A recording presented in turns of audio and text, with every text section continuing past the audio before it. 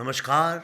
स्वागत है आपका हमारे इस खास पॉडकास्ट में, जहां पिछले कई महीनों से मैं आपको भारतीय फ्रीडम फाइटर्स और हमारे जो हीरोज़ हैं उनकी कहानियां सुनाता हूं।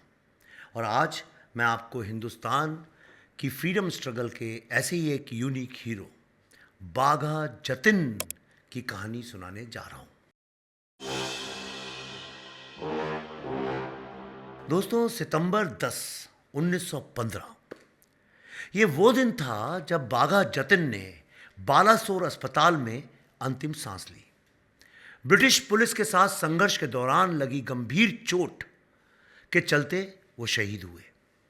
लेकिन बंगाल के इस युवा क्रांतिकारी जतिंद्र नाथ मुखर्जी के बाघा जतिन बनने की कहानी फ्रीडम स्ट्रगल की अब तक की मुझे सबसे इंस्पिरेशनल कहानियों में से एक लगती है। 1879 यानी 1879 में जतिंद्र नाथ मुखर्जी का जन्म बंगाल के कुश्तिया जिले के काया गांव में हुआ था, जो अब बांग्लादेश में है। उनके पिता की मृत्यु के बाद उनकी मां उन्हें लेकर अपने मायके चली गईं, यानी जतिन के ननिहाल। जतिन के बचपन का अधिकांश समय साधुगति गांव में बीता।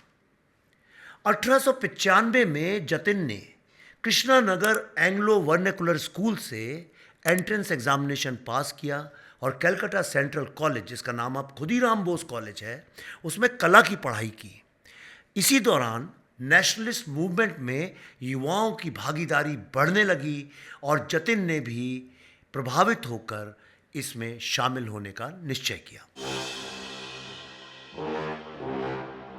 दोस्तों, अपने कॉलेज के दिनों में जतिन की मुलाकात मेरे आदर्श स्वामी विवेकानंद से हुई।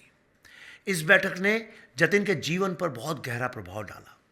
विवेकानंद ने जतिन से कहा कि युवाओं को संगठित करके मातृभूमि की सेवा में लगाना चाहिए। स्वामी विवेकानंद ने उन्हें आत्मबल बढ़ाने के लिए अंबु गुहा के अखाड़े में कुश्ती सीखने की सलाह दी। स्वामी विवेकानंद के अनुसार देशभक्ति केवल भावना नहीं बल्कि सेवा का एक माध्यम है। जतिन ने सीख को अपनाते हुए अपने आसपास के युवाओं को संगठित किया और राष्ट्र सेवा का संकल्प लिया। दोस्तों, 20वीं की सदी की शुरुआत में बंगाल में अनुशीलन समिति का उदय हुआ। इस संगठन का उद्देश्य था ब्रिटिश शासन के खिलाफ क्रांति करना और जतिन इस समिति के प्रमुख कार्यकर्ताओं में से एक थे। 27 वर्ष की उम्र में जतिन का सामना एक शाही बंगाल टाइगर से हुआ, जिसने उनकी पहचान को अमर कर दिया। दोस्तों, मार्च 1906 की बात है। जतिन अपने गांव से तीर्थ यात्रा करके लौट ही रहे थे कि पास के जंगल में एक बाघ के आतंक की खबर मिली। निडर जतिन ने इस खतरे का सामना करने का निर्णय लिया और वो जंगल की ओर निकल पड़ा। जंगल में जतिन का सामना उस बाघ से हुआ और फिर क्या था, जतिन तो सोच के ही गया था। फिर 3 घंटे तक बाघ और जतिन के बीच में मुठभेड़ चली। जतिन ने अपनी गोरखा चाकू, जिसको खुखरी बोलते हैं, उससे बाघ के गले पर वार किया, जिससे बाघ वहीं ढेर हो गया। दोस्तों, इस अनमैच्ड ब्रेवरी, मतलब जिस साहस का कहीं उदाहरण नहीं मिले, उसके लिए बंगाल सरकार ने जतिन को एक चांदी की ढाल दी, जिस पर इस संघर्ष की कहानी खुदी हुई थी। साथ ही उन्हें बाघा यानी टाइगर की उपाधि से सम्मानित किया गया। 1908 में मुजफ्फरपुर के मजिस्ट्रेट डीएच किंगफोर्ड की हत्या की साजिश का खुलासा हुआ। जतिन सहित 30 से अधिक क्रांतिकारियों को गिरफ्तार किया गया। यह मुकदमा emperor versus Aurobindo Ghosh and others के नाम से प्रसिद्ध हुआ। औरोबिंदो, श्री औरोबिंदो। इस हाई प्रोफाइल ट्रायल ने 49 मतलब 49 आरोपी थे, जिसमें प्रोसिक्यूशन ने 206 गवाहों, 400 डॉक्यूमेंट्स और 5000 से अधिक एग्जिबिट्स को पेश किया। 1 साल की लंबी सुनवाई के बाद जज बीचक्रॉफ्ट ने 6 मई 1909 को अपना फैसला सुनाया। वरिंदर कुमार घोष को लाइफ एक्साइल की सजा दी गई। जुगंतर समूह के कई सदस्य अंडमान के सेलुलर जेल भेजे गए, वही जेल जिसको काला पानी बोलते थे, जहां सावरकर ने अपनी जिंदगी बिताई, और अनुशीलन समिति पर प्रतिबंध लगा दिया गया। सबूतों की कमी के कारण जतिन को रिहा कर दिया गया। इसके बाद भी जतिन ब्रिटिश सरकार के खिलाफ तरह तरह की योजनाएं बनाते रहे। उन्होंने युवा क्रांतिकारियों को आत्मरक्षा और हथियार चलाने की ट्रेनिंग दी। जतिन ने जुगंतर क्रांति संगठन को एक्टिव करने में महत्वपूर्ण भूमिका भी निभाई। भारत की स्वतंत्रता से 3 दशक पहले 1915 में बाघा जतिन ने ब्रिटिश साम्राज्य के खिलाफ एक आर्म्ड रिबेलियन का नेतृत्व किया।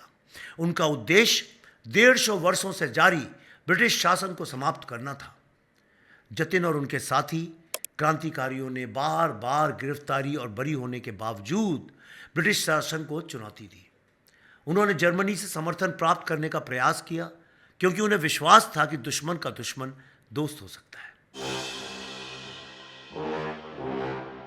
1912 में जतिन ने जर्मन क्राउन प्रिंस से भारत में समाजवादी सरकार स्थापित करने के लिए हथियारों की मांग की। जर्मनी सरकार ने मदद का वादा किया और एक भारतीय स्वतंत्रता पार्टी ने इस मामले में एक एजेंट भेजा। बालासोर के तट को आर्म्स डिलीवरी के लिए चुना गया।